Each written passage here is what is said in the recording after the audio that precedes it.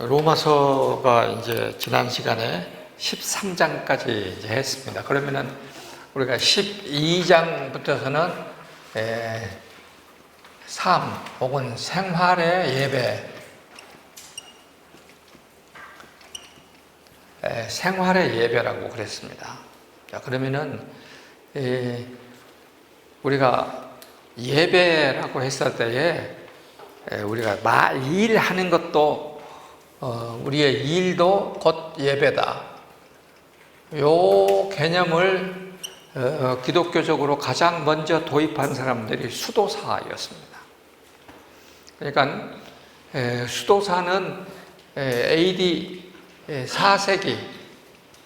4세기에 이태리의 베네딕트 수도사가 제일 먼저 이제 도입을 했는데 480년경에 이탈리아의 몬테카지노, 우리가 카지노로 하는 산이 있어서 몬테카지노, 그 카지노 숲속에 들어가서 자기가 수도사 생활을 시작을 했어요. 맨 처음에 굴에 들어가가지고. 그랬더니 나중에 사람들이 많이 모여들으니까 이 사람이 어떻게 했느냐, 모여드는 사람들과 생활 규칙을 만들었습니다. 그래서 이 경건하게 사는 생활 규칙은 제일 먼저 하는 것이 뭐냐면 윗사람이 말하는 것을 무조건 따른다. 순명. 이걸 순명 혹은 순복이라고 말하기도 하는데 윗사람이 하는 말을 무조건 따른다. 그 다음에 순결, 성적으로 깨끗하게 자기를 지킨다. 그래서 결혼하지 않은 사람은 결혼하지 않고 결혼한 사람은 그냥 이렇게 헤어지고, 그래서 이거 독신, 셀리버시가 여기서 나왔습니다. 그 다음에 이제 순명, 순결했으니까 어떻게 됐습니까? 가난하게 사는 것, 가난. 이렇게 했습니다. 이 세 가지가 수도원적 서약이었습니다.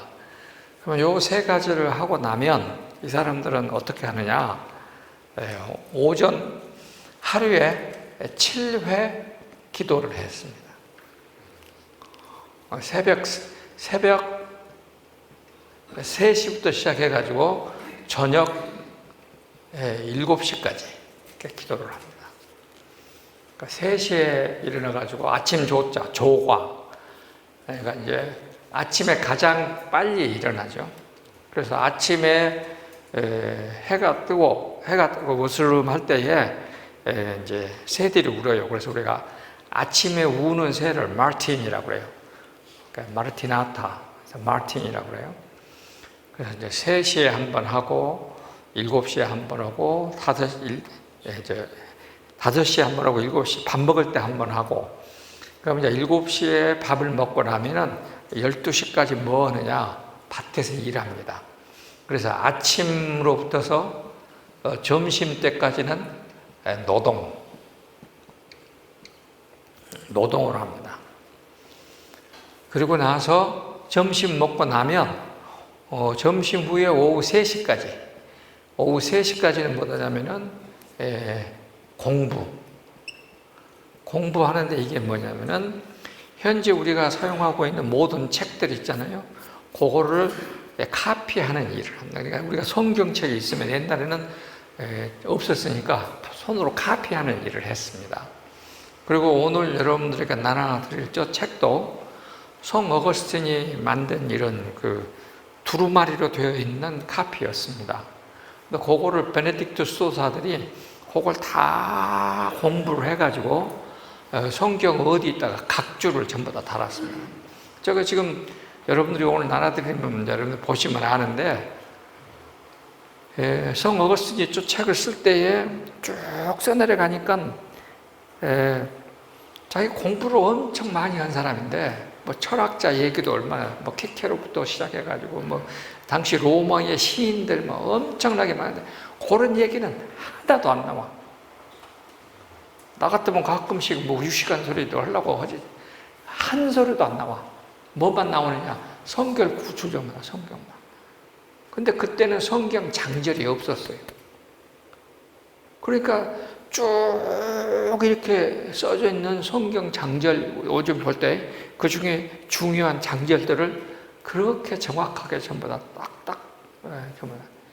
그래서 저걸 번역할 때 한 페이지당, 그러니까 이 원본 한 페이지당 성경 그 각주가 20개씩 달려요. 그만큼 성경 박사님이시. 그래서 이 베네딕토 수도사들이 그거를 전부 다 나중에 찾아가지고 요거는 어느 책 어디에 있다, 어느 책 어디에 있다. 그걸 나중에 또 발전시키고 또 발전시켜서 저렇게 오늘 우리가 공부 편하게 만들어 놨습니다. 그러니까 이 공부를 합니다. 3시부터서. 그렇게 해가지고 5시에 되면은 이제 여러분 밀레의 그림 유명한 거 있죠? 만종을 베스퍼스, 이게 그래서 만종을 합니다. 그리고 7시가 되면, 저녁 7시가 되면 하루를 컴플라인, 종과, 하루를 끝낸다 해갖고 종과 기도를 합니다. 종, 끝이야. 말 그대로 끝, 하루를 끝내는 거예요. 끝내고 이때부터서 새벽 3시까지, 다시 3시까지. 그러니까 저녁 7시에서 새벽 3시까지 침묵.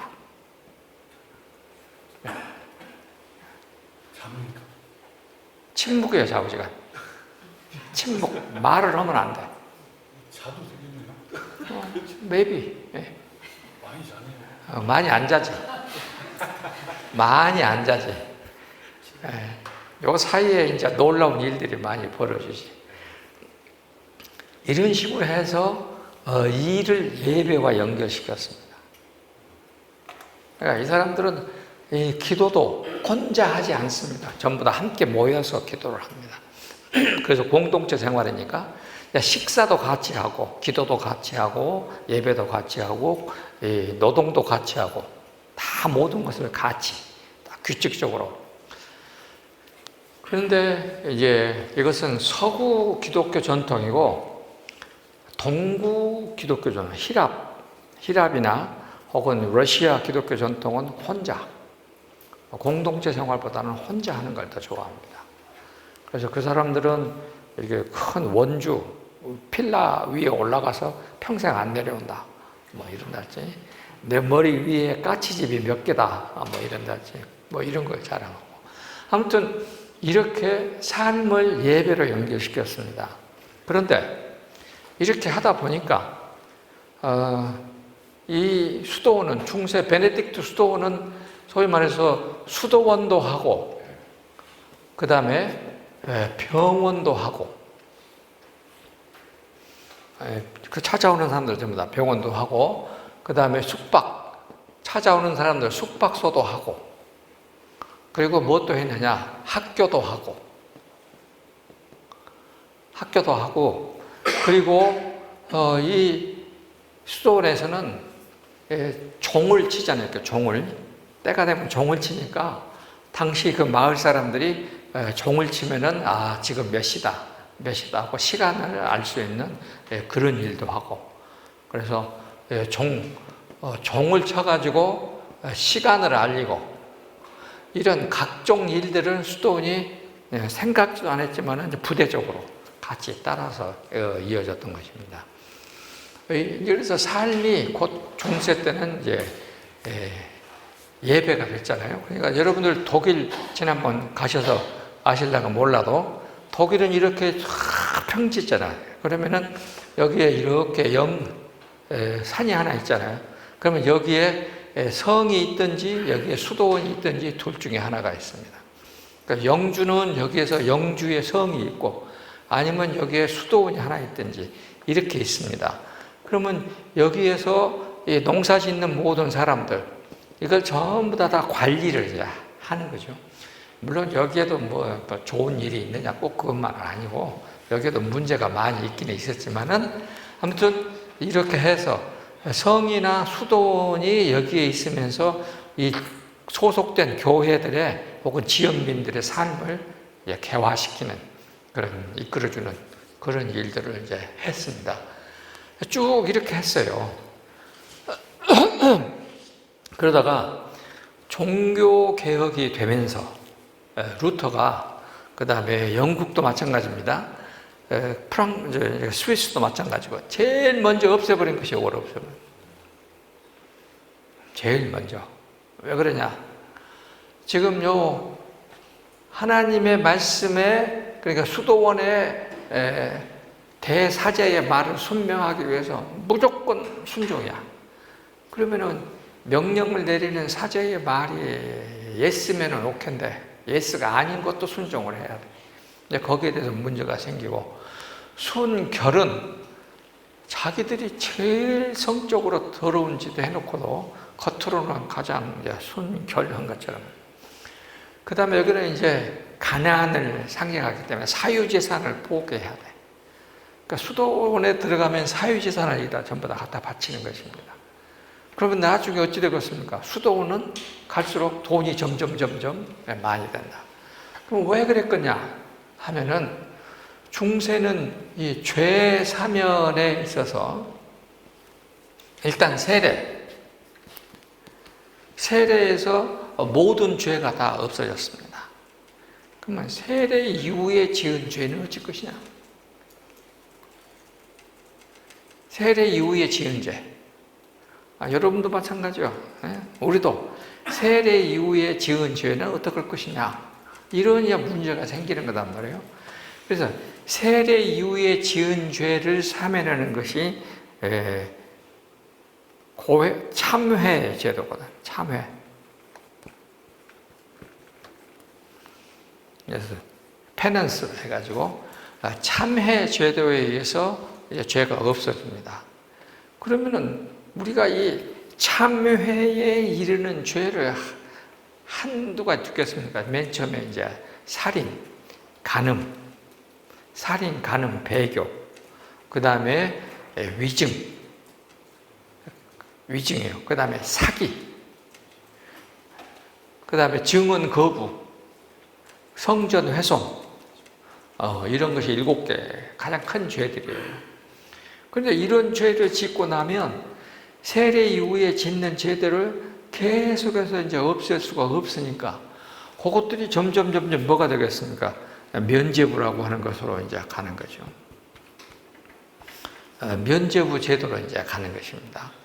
그러니까 이 수도원과 교회는 이 면죄부를 바르면서 죄가 없어지게 해놓으니까 삶이 진짜로 이제 실제 행실은 무지무지 악하게 살면서 돈만 있으면은 죄가 없어진단 말이에요. 그러니까 수도원의 이런 모든 제도들이, 그리고 막판에 가서 이제 여기에 가면은, 수도원에 들어가면은 요 죄를 없애게 된 면죄부를 사갖고도 아직까지 확실히 몰라. 그러니까 우리 지금 개신교는 어떻거든. 성찬식 하면은 떡을 주고 잔을 주잖아요. 가톨릭은 안 그럽니다. 가톨릭은 잔을 안 줘. 떡만 줘. 그러면 떡은 뭡니까? 떡은 그리스도의 몸을 기념하는 거야. 잔은 내 죄사함을 얻게 하는 거야. 근데 죄사함에 잔을 안 줘, 평신도한테. 가톨릭은 지금도 그렇습니다. 그리고 평신도는 떡을 손으로 집을 수가 없어. 사제만 집을 수가 있어. 그러니까 하고 이렇게 여기다 넣어주잖아. 그러니까 잔은 1년에 가톨릭에서도 2번인가 3번, 4번인가 밖에 안 내. 근데 요거 수도원에 들어가면은 잔에 예배할 때마다 먹을 수가 있어. 그러니까 죄가 빨리빨리 없어져. 그러니까 세례 때 죄 한번 사면 받고, 세례 이후에 죄를 사면 받는 방법은 참회제도에 의해서 면죄부를 사고, 그리고 또 뭐냐, 수도원에 가입해갖고 매일같이 하루에도 수차례 성찬식에 참여하면 죄가 없어진다. 이렇게 되는 거였어요. 그러니까 막판에 많은 부자들이 자기 재산을 수도원에 건너보고 일생 동안 지은 죄를 다 사면하고 하늘나라 갔는지 I don't know. 그러나 하여튼 그렇게 생각. 자, 그러니까 요걸 다 없애버렸습니다. 제일 먼저 없앴습니다. 수도원. 그래서 우리 개신교는 수도원을 두지 않습니다. 그 대신 우리 개신교는 어떻게 두느냐? 이 삶의 현장이 이제 독일의 막스 베버라는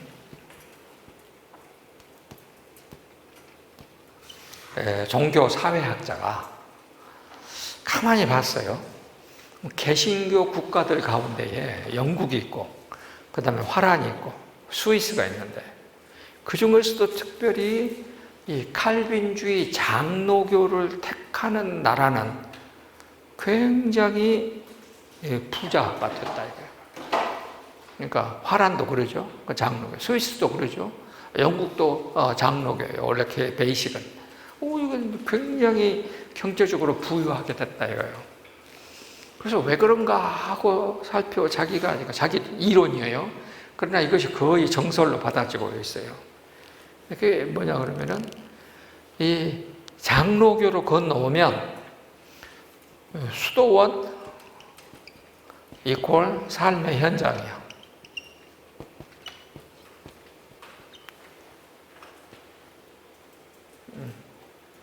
우리 장로교 교인들이 자기가 직업을 대하는 태도, 자기의 일을 대하는 태도는 수도사가 수도 사이로 헌신을 하고 최선을 다한 것처럼 우리도 삶의 현장에서 우리의 삶의 일에 최선을 다한다. 그래서 여기서 나오는 것이 세 가지 대원칙: 근면, 성실, 정직.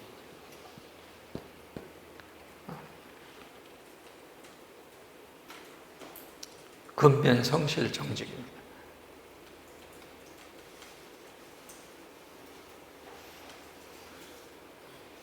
그래서 이 장로교 지도자들은 끊임없이 무엇을 죄로 생각했느냐?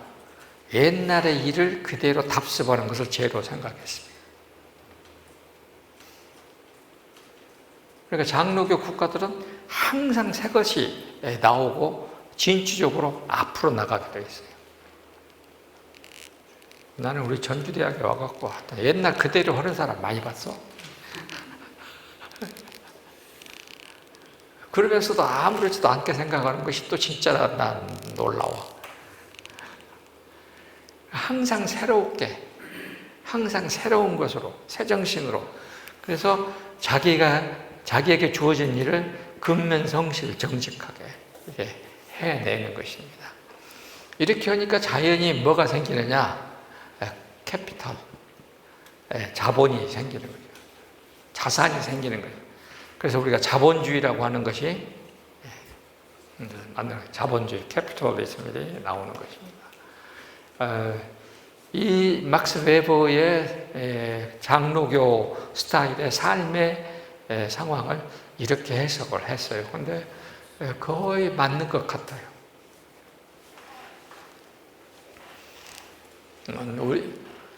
여러분이나 저나 나는 그러니까 수도원, 중세 수도원은 울타리 안에서 사니까 다른 사람들이 오지 않으니까 격리된 사이에 사니까 그런 대로 삶의 영역이 깨끗하게 지켜질 수 있잖아요. 근데 일로 가면 삶의 현장이에요. 그냥 술집도 있고 그냥 모든 더러운 것도 다 있는 삶의 현장이에요. 거기에서 자기를 수도사처럼 지켜내는 거. 그러니까 훨씬 더 많은 자기 자제력이 필요한 것이 우리 장로교라 이 말이에요. 그리고 이거는 시간 통제도 없어. 다 자기가 자기 시간을 자기가 통제해야 돼. 그래서 여러분들도 저도 이제 장로교 교인, 저는 장로교 목사고, 그러니까 장로교 목사가 해야 될 가장 중요한 이 일을, 하루의 삶을 예배로 보는 조건은 시간 정해놓고 그 시간표대로 사는 것이다. 그래서 에베소서 6장에 된 대로 시간을 중요하게 해요. 시간을 중요하게 여기는 사람이 산다.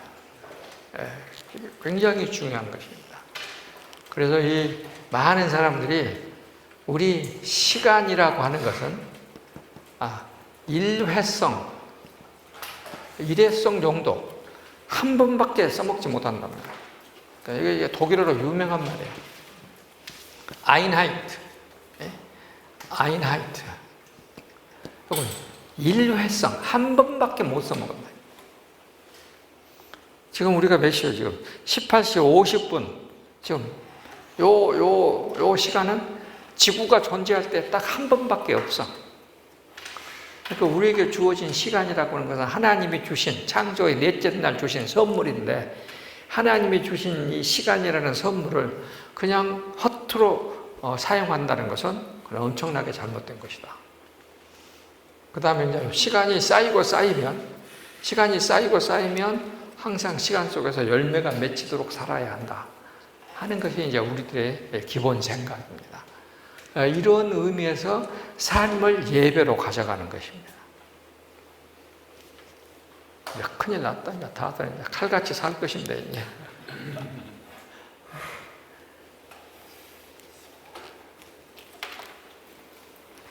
하여튼 그래야 됩니다. 삶을, 시간을, 자기에게 주어진 시간을 최대한으로 충실하게 살아서 그 시간 속에 해야 될 일이 열매가 많이 맺히도록 하는 것, 결과가 많이 나오도록 하는 것, 그거가 이제 예배다. 근면, 성실, 정직이니까 이 세 가지 것을 늘 우리 마음속에 이제 두고 살아가는 것, 이것이 장로교의 예배다 하는 것입니다. 그러니까 거짓말을 이제 입에 달고 사는 사람도 있어요. 그런 사람도 있고, 하여튼 게을러 터진 사람도 있고, 그래도 괜찮다. 근데 내가 우리 옛날 직원들 중에 그런 사람이 몇 있었거든요. 근데 가만히 보니까 그 사람들 열심히 시키니까 아프더라고. 그 사람은 게을릴 수밖에 없는, 자기들 말에 의하면 구조가 그렇게 돼 있는가 봐. 그래서 아이고 내가 봐주기로 한다. 근데 그런 사람도 있어. 무지무지 게으르게 사는 사람도 있어. 하여튼 그렇습니다. 이것이 우리 장로교의 삶의 예배입니다. 삶을 예배로 사는 것입니다. 자, 이렇게 살면 어떻게 되겠느냐? 이렇게 살면 우리가 교회라는 혹은 사회라는 공동체가 이루어집니다. 그러면 이 공동체를 이끌어 갈 때에 교회라는 공동체, 사회라는 공동체에서 소위 말해서 약한 자, 강한 자가 나오게 되어 있습니다. 같은 사건일 때도 이것을 어떻게 보느냐의 문제예요. 그러면 그때 당시 가장 큰 문제가 뭐냐면은 기독교란 말이에요. 기독교인. 기독교인이 사회 속에서 살아야 돼. 그러면 사회 속에서 살면은 무엇부터 해야 되느냐?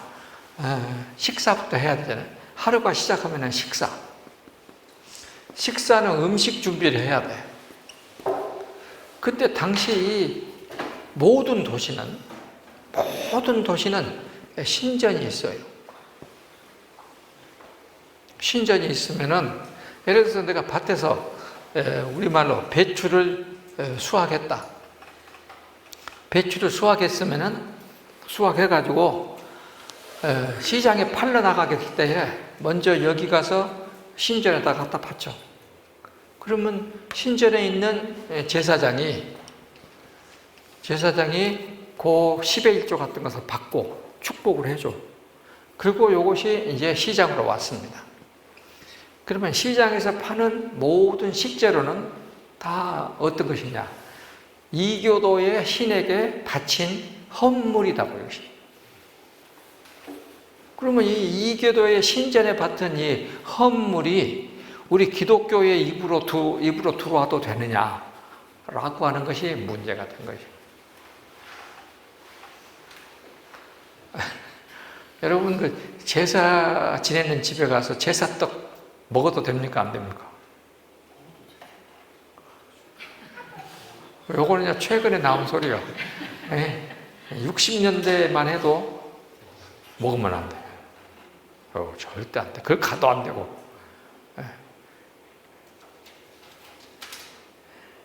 60년대, 70년대 초반까지도 그거 안 됐어. 그러니까 시장에서 파는 물건을 우리가 그러면 장사하는 사람들, 예를 들어 상업하는 사람들, 뱃사람들 이런 사람들은 자연히 시장에서 물건을 사야 되니까 음식 식재료를 그럼 이제 신에게 바친 물건을 살 수밖에 없다 이거예요. 그럼 사야 되느냐 말아야 되느냐 하는 문제가 이제 나온 것이었습니다. 그래서 자연히 이제 이 믿음이 약한 자는 뭘로 표현했느냐? 이걸 먹으면 안 된다 라고 하는 소위 믿음이 연약한 자. 이게 아직 초신자라고 보면 돼. 초신자급에서는 약한 자라고 그랬어. 그건 절대 먹으면 안 된다. 여기 강한 자는 이제 기존 신자, 성숙한 신자. 그것 뭐 별것 없다. 믿음이라고 하는 것은 이 음식을 먹고 안 먹고의 문제가 아니고 나의 하나님과의 나의 관계의 문제니까 그게 뭐 문제가 되냐. 나는 먹을란다. 이렇게 했어요. 그러니까 이제 교회 가면은 이제 이 사람이 초신자가 이 장로님이, 목사님이 시장에서 음식 사갖고 먹는 걸 봤다 이거야. 그러니까 내가 지금 시험 들었다 이거야. 시험 들어갖고 저 사람만 생각하면은 걱정이 된다. 옛날 우리도 신학교 맨 처음에 갔을 때 지금 여러분들이 아마 이야기 들어봤을 것입니다. 신학교 딱 들어가니까 우리 구약 가르치는 선생님이 모세 오경은 모세가 쓴 것이 아니고 후대에 사람들이 그것을 편집을 했다. 그렇게 가르쳐. 그러니까 우리는 지금 믿음이 너무 좋아갖고 교수님이 하늘나라 갈 수 있으려니까 걱정이 돼야 이제. 그래가지고 그렇게 가르치는 교수님을 위해서 기도도 하고 막 그렇게 했다고.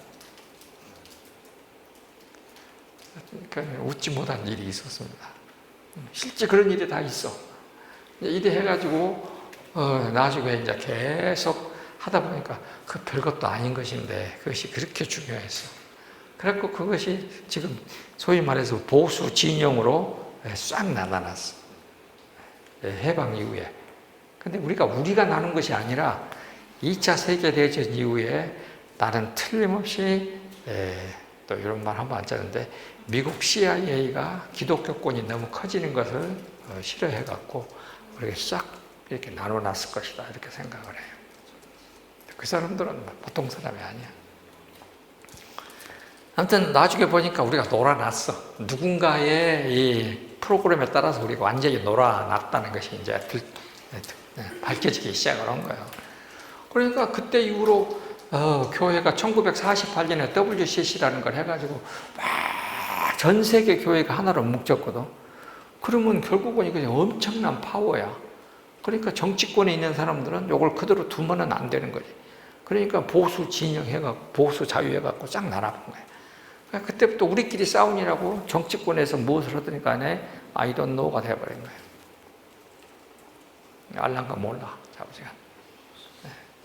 이렇게 이제 흐트러졌습니다. 자, 그래서 요거는 비단 우리 시대의 얘기가 아니고 1세기 지중해 연안에 있는 교회들의 문제예요. 1세기.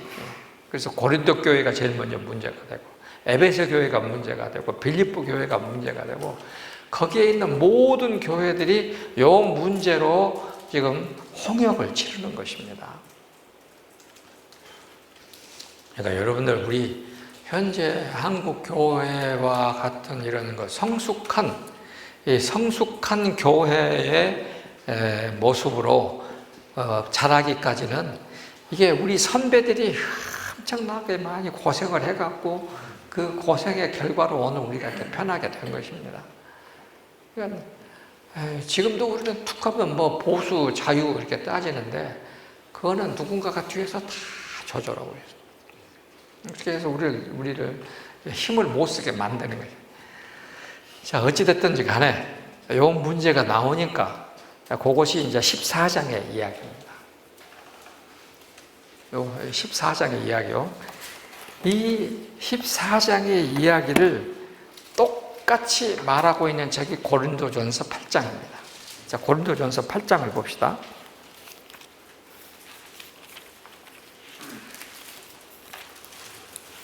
자, 고린도전서 8장에 보면은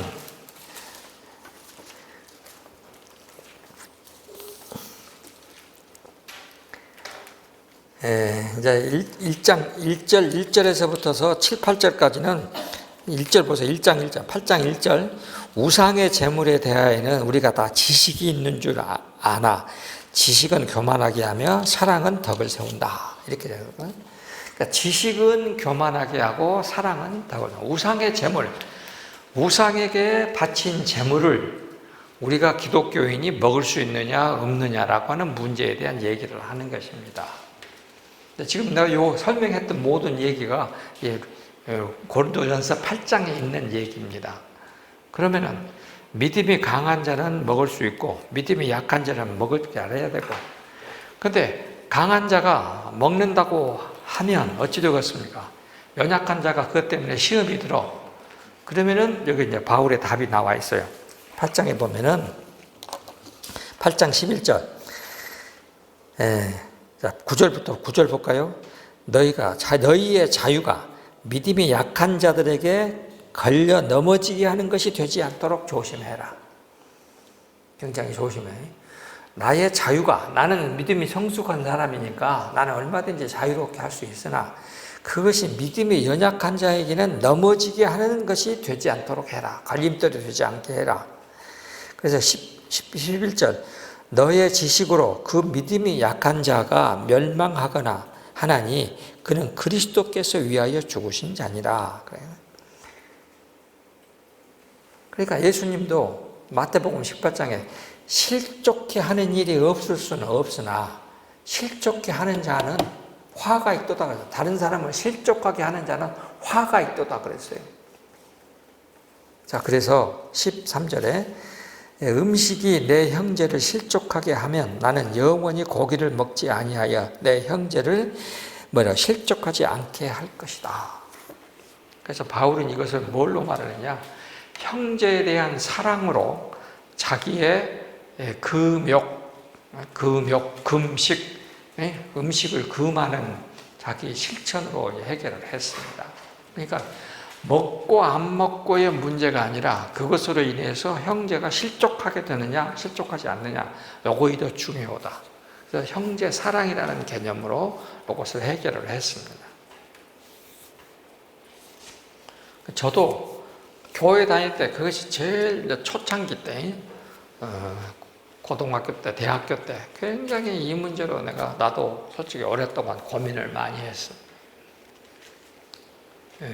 내가 왜 그랬냐 그러면은, 한 번은 고등학교 때 예배 끝나고 이제 집에 가려고 교회 문을 나섰는데 지나가는 어른들이 이거 뭐 교회가 있네. 그러니까 한 사람이 저것이 뭐 교회 다니냐, 연회장이래. 교회 다니라고 한 거고 연회당이라고 그러더라고.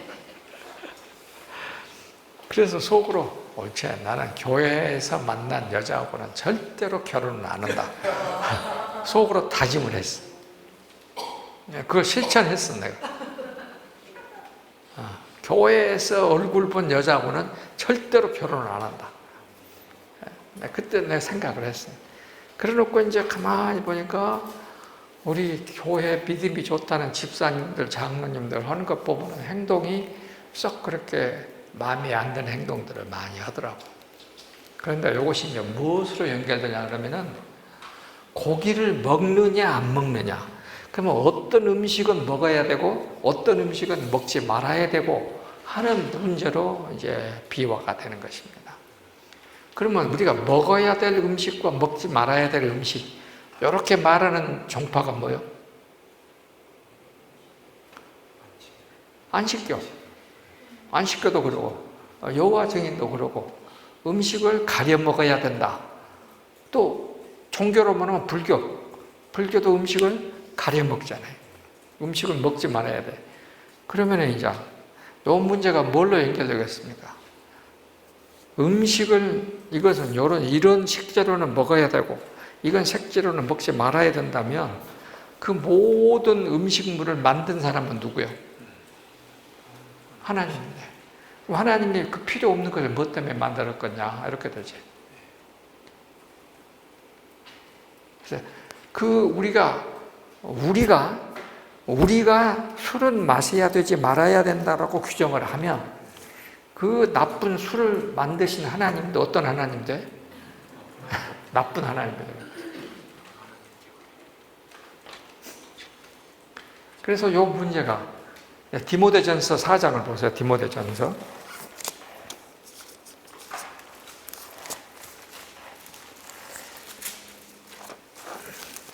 디모데전서 4장. 자, 4장 1절에서 5절까지입니다. 디모데전서, 내 성경으로는 신약성경 369쪽. 그러나 성령이 밝히 말씀하시기를 후일에 어떤 사람들이 믿음을 떠나서 미혹하는 영과 귀신의 가르침을 따르리라 하더니 자기 양심의 화인이 받아서 외식함으로 거짓말하는 자다. 그래가지고 나오는 사람들이 혼인을 금하고 어떤 음식들은 먹지 말라고 할 터인데 이게 뭐냐면 금욕주의야. 금욕주의자들이 나온다 이것입니다. 음식들은 하나님이 지으신 바니 믿는 자들의 진리를 아는 자들의 감사함으로 받을 것입니다. 하나님께서 지으신 모든 것이 선함에 감사함으로 받을 것이 없나니 하나님의 말씀과 기도로 거룩하겠느니라. 그러니까 하나님이 만드신 모든 이 식재료에 해당되는 모든 음식들 혹은 천지의 만물에 가득한 모든 것들은 누가 만들었냐? 하나님이 만드셨어. 그러니까 선하신 하나님이 만드셨기 때문에 그건 그 자체로 선한 것이. 그 자체는. 그러니까 음식을 가리는 것은 우리가 하나님께 욕을 돌리는 것이다 하는 것이었습니다. 그러면 이제 왜 음식이 나쁘게 되느냐? 우리가 그 음식을 선한 용도로 쓰지 않고 악한 용도로 과도하게 사용하기 때문에 그렇지. 그러니까 술이 나쁘냐? 우리 한국 교회는요 술을 금했습니다.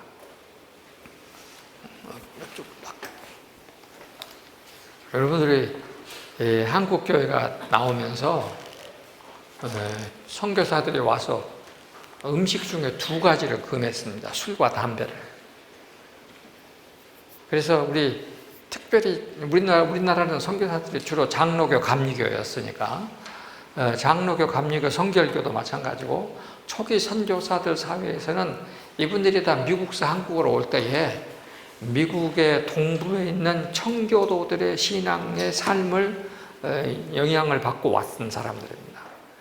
그러니까 청교도들은 어떤 사람들이냐?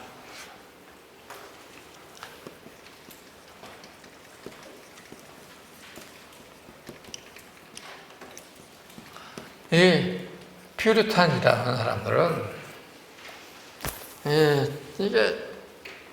이것도 마찬가지예요. 영국에서 이 사람들이 이제 엘리자베스 여왕, 그 다음에 이제 제임스 1세 때인데, 루터 칼빈의 종교 개혁을 받아들였어요. 근데 여러분들이 영국 성공회를 보면은 영국 성공회는 우리가 총회장으로 안 그러고 대주교, 그리고 교회 목사님을 뭐라고 그러냐면 감독이라고 그러고 또 노회장을 주교라 그러고, 그러니까 그 예배의 스타일이나 기독교 행정 조직은 가톨릭 그대로 따라가요.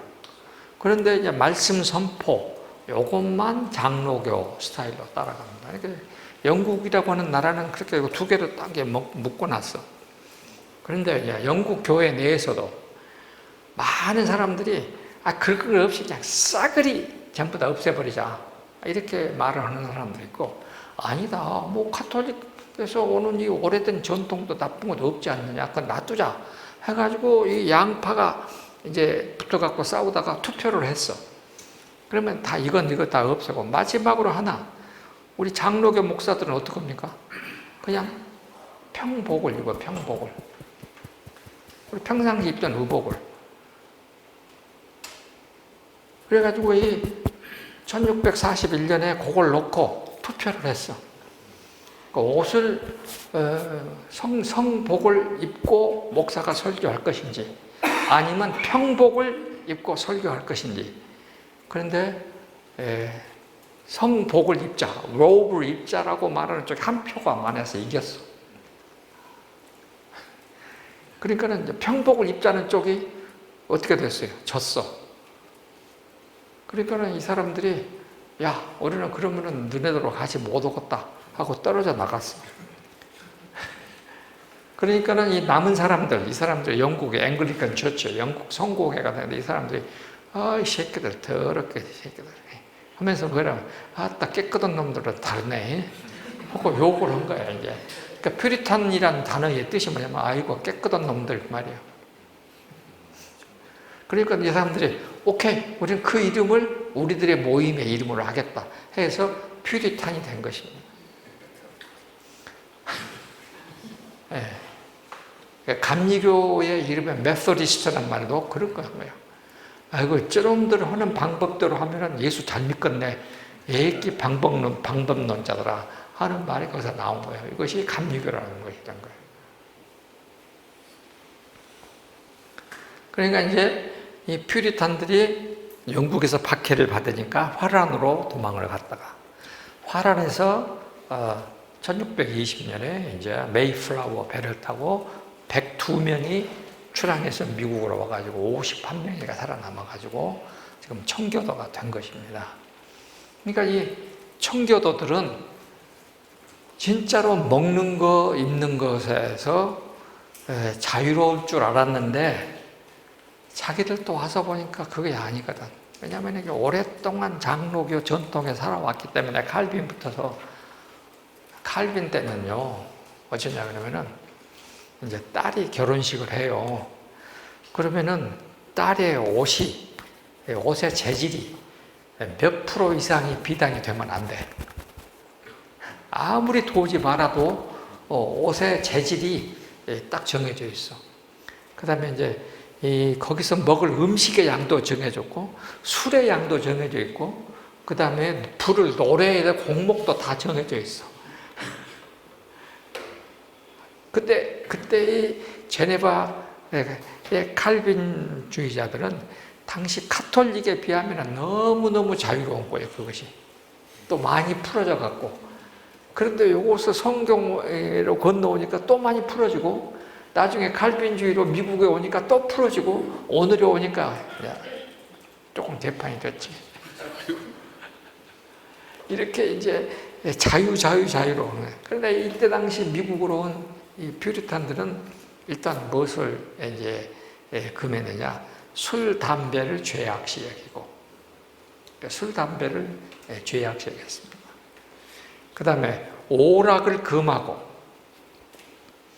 그 다음에 사행성 놀이를 금하고 그래서 우리 장로교 교인들은 뭘 모르냐? 고스톱을 몰라. 우리는 고스톱을 어떻게 하는지 몰라. 카드 놀이를 어떻게 하는지 몰라. 우리 집에는 아예 그런 것이 없어. 아예 있질 않아. 그러니까 우리 아이들도 우리 손자 손녀들도 몰라.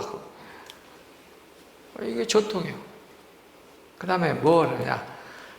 보통 보면은 서구는 남자들끼리 이렇게 껴안고 이렇게 절을 하잖아요. 요거 인사하기 없기. 뭐 이런 것들. 그 다음에 남녀 모여서 예배 끝나고 붙들고 춤추기 안 하기. 영화 구경 안 하기. 뭐 이런 것들이 한 15가지가 딱 정해져 있어요. 청교도들이 그랬어요. 그러니까 선교사들도 어릴 때부터 그런 배경에서 자랐어. 그래서 한국에 와가지고 딱 한국 교회를 보니까 한국 사람들 보니까 술, 담배 엄청 해야 돼.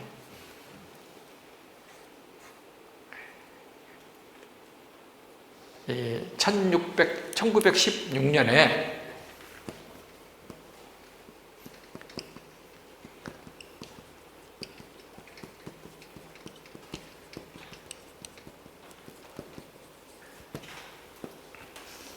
요것이 만들어졌습니다. 기독교 대한 부인 절제회. 주로 여자들이 여기에 참여해가지고 쉽게 말하면 술, 담배, 마약, 그 다음에 공창 요거를 이제 금하는 그런 캠페인을 하기 시작한 것입니다. 근데 1928년 우리 당시 장로교 신문이 기독신보라는 신문이었어요. 기독신보. 여기 보면은 뭐라고 써놨냐면은 1928년 우리 대한민국이 술, 담배로 판매 허가 세금으로 받았던 들이 국가 예산의 3분의 1이라고 그랬어요. 국가 예산 수입의 3분의 1이 술, 담배를 하는 인세, 인도 세금으로 받았던 거다.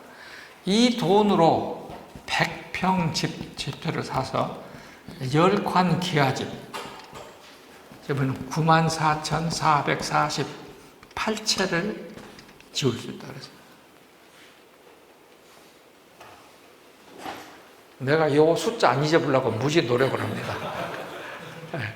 정확하게 나와 있어요.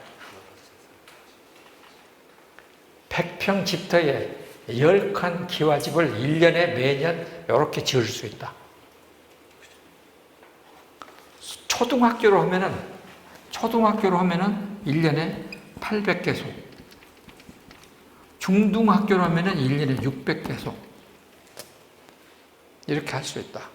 그러니 술, 담배 하지 말자. 캠페인을 걸렸어.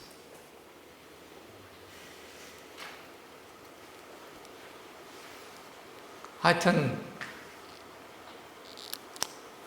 우리 장로교 그 선교사들도 보면은 어느 교회 장로님은 선교사가 거기 신방하는 날 요걸 피고 있다가 딱 들려가지고 장로 면직 오고 쫓겨났다가 다시 또 얼마 후에 다시 돌아오고 이런 에피소드가 엄청 많습니다.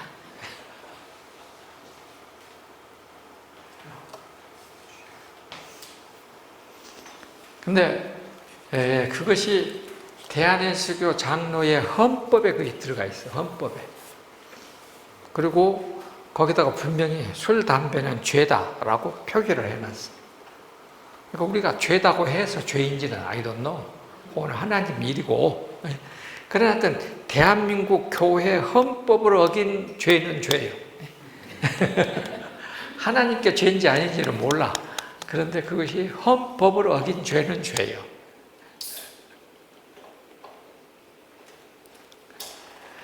이래서 우리 한국의 장로교 전통은 이런 청교도적 전통에서, 그러니까 장로교 중에서도 가장 엄격하다는 청교도적 전통으로 와가지고 그것이 지금 우리 한국 교회로 내려와져 있습니다. 그러니까 지구상에서도 가장 빡빡한 교회 중에 하나가 대한민국 장로교예요. 홍 목사, 이거 어떻게 좀 해봐라. 이거 번쩍번쩍한 거. 자, 그 다음에 여러분들이 그 아미시라고 보셨습니까? 아미시 마을? 잘 모르구나. 인터넷에 보면은 아미시라고 나옵니다. 아미시. 요거는 미국 오하이오주, 펜실베니아주, 그 다음에 그쪽 동부, 북부에 굉장히 많은데, 그 사람들이 한 400년 전쯤, 그러지? 400년. 화란에 스위스에 있는 장로 한 분이 이름이 아미시예요. 그 사람이 아미시. 그분이 자기 가족들, 자기 친척들을 데리고 미국으로 건너와 갖고 이 사람들은 그때 당시 뭘 했느냐? 농사만 지었어요. 장사를 안 하고. 그래가지고 그렇게 여러분들이 미국에 가면 펜실베니아주, 오하이오주, 그 외에 인디아나주 이렇게 가면은 허벌판 농사예요. 그래가지고 이제 농사가 해가지고 한 10가정의 농사를 해가지고 애들을 낳고 이렇게 하면은 이제 분가를 또 시켜. 10가정에 또 이렇게 해가지고 또 개척을 해서 농사를 하고. 근데 그 사람들은 내가 이제 워싱턴에 학생들 늘 가가지고 거기 많이 방문했습니다. 그 사람들은 예배당이 없어. 자기 우리말로 말하면 여기 미닫이 문이 있어가지고 딱 이렇게 열면은 예배당 쳐요. 그러면 거기 있는 10가정이 거기 모여서 예배를 해요. 목사도 없어. 자기 그 공동체의 선임자가 예배를 인도해요. 그리고 거기는 현대 문명이 없어. 바느질, 전부 다 손으로. 옷 전부 다 손으로 만들어. 다 바느질로. 그 다음에 이렇게 색깔 있는 옷이 없어. 전부 다 검정색, 밤색, 녹색, 뭐 이런 초록색, 초록색 이런 거, 청색, 딱 이런 것밖에 없어. 그 전부 다 천으로 이렇게 큰 천이요. 그래갖고 그거를 바늘로 꼬매갖고 옷으로 만들어 입고 끝. 농기계 전부 다 대장간 지금도. 자동차 없어. 옛날에 그 마차 같은 거, 버기, 그거 지금도 그거 타고 다녀. 농기계 다 자기들이 대장간에서 만들었고 그런 거 타고 다녀. 최근에 들어갖고 우유가 나왔어. 그러니까 우유는 어쩔 수 없잖아. 그러니까 우유 있는 곳에만 냉장고 뒀어. 지금도 그런 데가 있습니다. 아미시 마을이야. 근데 거기도 베이식은 장로교, 베이식이야. 여러분들이 지금 이 한국 장로교가 굉장히 세계의 최고인 줄 아는데 그렇게 생각하지 말고. 우리 교단에서 무슨 결정을 했냐면 한국 기독교를 기독교라 그래. 우리는 기독교가 아니잖아. 프로테스탄트잖아요. 우리 개신교잖아. 근데 우리 개신교를 한국에서는 이상하게 기독교가 되었어. 이거는 진짜로 교만한 짓이야. 말도 안 돼. 기독교는 이게 아니구나. 기독교는 가톨릭도 기독교고 뭐 다 기독교지. 근데 우리 한국 개신교만 기독교고 나머지는 아닌 것처럼 착각하고 살더라고. 그러니까 이런 것들. 아무튼 이 삶의 현장에 가서 이런 어떤 그 폐쇄성적인 자기들의 특권을 강조하는 거, 이거는 공동체 생활에 가장 해가 되는 거야. 그러니까 공동체 생활을 할 때는 다른 사람을 인정해 줘야 돼, 일단. 그래서 심지어 타종교도 어쩌고요. 아무리 말해도 안 듣는데. 아니, 나더러 목사 그만두고 중대라면 내가 되겠어? 근데 거꾸로 중도로 목사라면 중이 하겠어? 그 나도 안 할 일을 그 사람 하라고 하면 안 되잖아. 근다고 나는 가만히 이렇게 말하면 또 욕먹겠네. 나는 불교가 한국 기독교보다 훨씬 더 they are so much more generous. 왜 그러냐? 우리는 절에 가갖고 찬송 부르고 예배 드리잖아. 절마다에 가갖고 소풍 가갖고 많이 했잖아. 근데 만약 불교도들이 교회로 소풍 와갖고 목탁도 드리고 하면 어찌 거겠어 우리는. 그러니까 남이 안 좋아할 일은 내가 대신 먼저 안 해야지. 대접을 받고자 하는데도 남을 먼저 대접을 하고 그랬으니까. 근데 남 안 좋아하는 일은 하면서 다른 사람들이 자기한테 그런 걸 하면 싫다고 하는 것도 그건 아주 고집스럽고 편협한 것이죠. 그래서 지금 이제 우리가 그걸 말하는 거예요, 지금. 우리 한국 현재의 기독교가 이렇게 사회로 붙어서 배척받는 것은 우리가 너무 편협하게 우리만 말하다 보니까 관대하지 못했어요. 다른 사람에 대해서 관대하지 못했어요. 그러니까 이런 것들은 우리가 이제 배제해야 될 일이지. 이런 얘기하면 나도 또 이다뇨.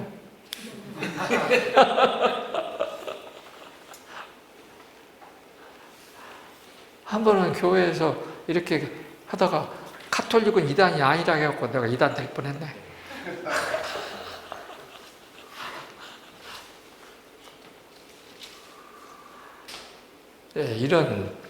이런 폐쇄성, 이런 것에서 우리가 빨리 벗어나야 된다. 그러니까 다른 사람이 우리로 인하여 얼마든지 실망할 수 있다는 걸 우리가 알고 우리가 먼저 다른 사람을 실망시키지 않도록 노력해야 된다. 지금 바로 그걸 말하고 있는 거예요. 지금 14장에서. 고린도전서 8장과 14장에서 지금 바울은 우리들에게 이런 것들을 말하고 있는 것입니다.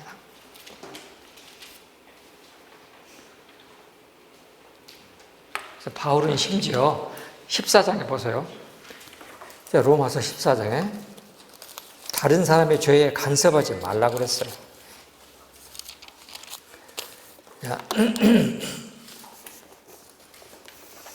심지어 어떻게 되냐면요, 바울은 정신 우리가 바짝 차려야 됩니다. 자, 디모데전서 3장 보세요.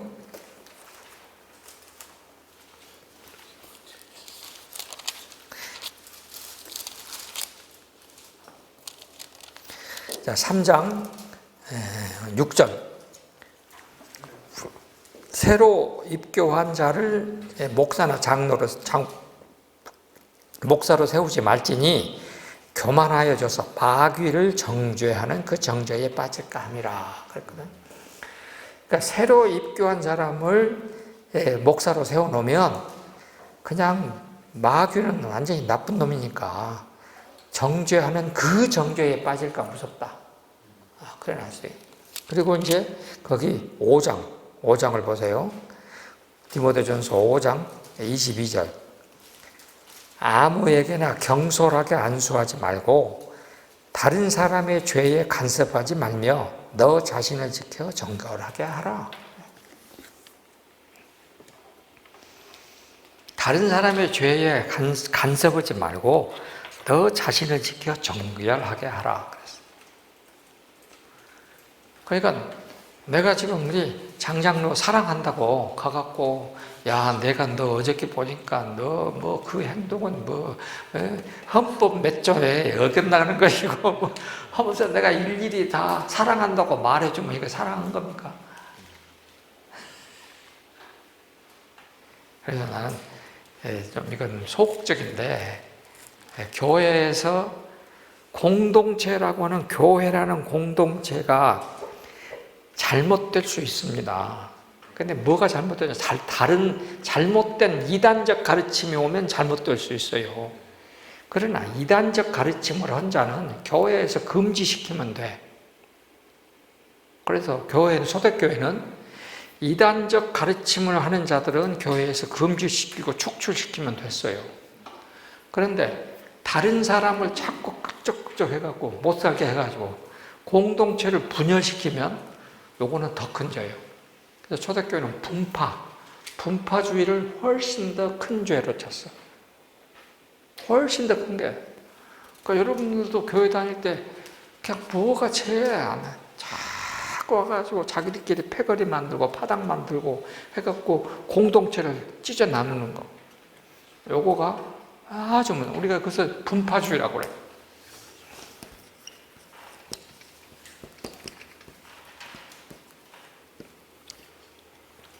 요 섹트라고 그래. 섹트. 이 섹트란 말은 따른다. 따른다란 뜻인데 지나치게 한쪽만 따른다. 그러니까 보통 그 교회를 무너뜨리는 사람들은 우리가 이제 김기동 귀신 나를 때도 우리 어떻게 됩니까? 요한일서 3장 8절. 예수님은 마귀의 일을 멸하러 왔다. 성경 전체를 그거 한 절로 해석하는 거야. 그 지나치게 분파적이야. 통으로 보지 않고. 그래서 가장 무서운 것이 하나를 가지고 전체를 다 해석하려고 하는 분파주의.